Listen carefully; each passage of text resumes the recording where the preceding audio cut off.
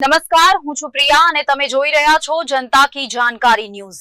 નજર કરીએ આજના સમાચાર ઉપર। ભાભર રેલવે સ્ટેશન નજીક આવેલા ભાભરથી ખડોસણ જતા રસ્તા ઉપર કરોડના ખર્ચે રેલવે તંત્ર દ્વારા અંડરગ્રાઉન્ડ બ્રિજ બનાવવામાં આવ્યો છે, પરંતુ રેલવે તંત્રના અધિકારીઓની કોન્ટ્રાક્ટર પર રહેમ નજર હેઠળ નબળી કામગીરી થતાં પહેલા ચોમાસામાં જ રેલવે બ્રિજમાં પાણી છલોછલ ભરાઈ ગયું છે। વરસાદી પાણીથી રેલવે અંડરગ્રાઉન્ડ બ્રિજના ભાગમાં આવેલ પ્રોટેક્શન દિવાલો કાગળના પતાના મહેલની જેમ ધરાશાયી થતાં ખેતરોમાં રહેલું પાણી અંડરગ્રાઉન્ડ બ્રિજમાં ભરાઈ જતા ભાગર ખડોસણ રસ્તો 8 દિવસથી બંધ કરવો પડ્યો છે। પ્રોટેક્શન દિવાલ ધરાશયી થયેલ છે તેમજ અન્ય જગ્યાએ પણ તિરાડો પડી જતા અંદાજે 12 કરોડના ખર્ચે તૈયાર કરવામાં આવેલ અંડરગ્રાઉન્ડ બ્રિજનું કામ હજુ પૂરું થયું નથી। લોકોને અવરજવર માટે રસ્તો ખુલ્લો પણ મુકાયો નથી અને બ્રિજ તૂટવા લાગ્યો છે। સવાલ એ થાય છે કે શું કામગીરી દરમિયાન રેલવેના અધિકારીઓ કે એન્જિનિયર હાજર નહીં રહ્યા હોય?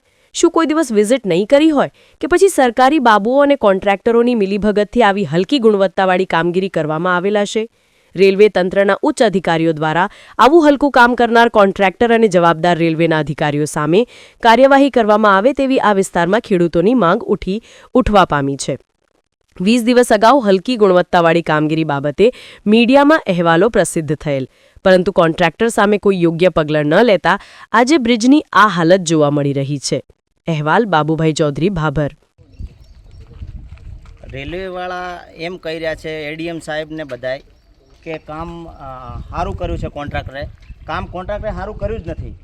વરસાદ પહેલાં એ તૂટેલું હતું, અત્યારે બી તૂટેલું જ દેખાય છે। જો તમે હું હાથ લાંબો કરું છું ત્યાં આગળ બધું તૂટેલું જ છે અને રેલવેના કર્મચારીઓ કોન્ટ્રાક્ટરને બચાવવાની કામગીરી કરી રહ્યા છે। પાણી નિકાલ માટે કોઈ વ્યવસ્થા જ નથી। પાણી નિકાલ માટે કોઈ વ્યવસ્થા જ કરતા નથી। એ લોકો એમ કહે છે કે પાણીનો અમે સંપ બનાવશું। ક્યારે સંપ બનાવશું? આ રસ્તા તો બંધ થઈ ગયો છે, આગળ થોડા વરસાદમાં બંધ હતો।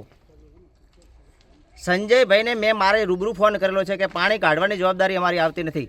કોન્ટ્રાક્ટર એવું બોલે છે, અમને આને ધમકી આપે છે, અમારો કોઈ ફરક પડવાનો નથી, તમારે જ્યાં અરજી કરવી છે કરી શકો છો અને બિલ આવી ગયું છે એવું બોલે છે।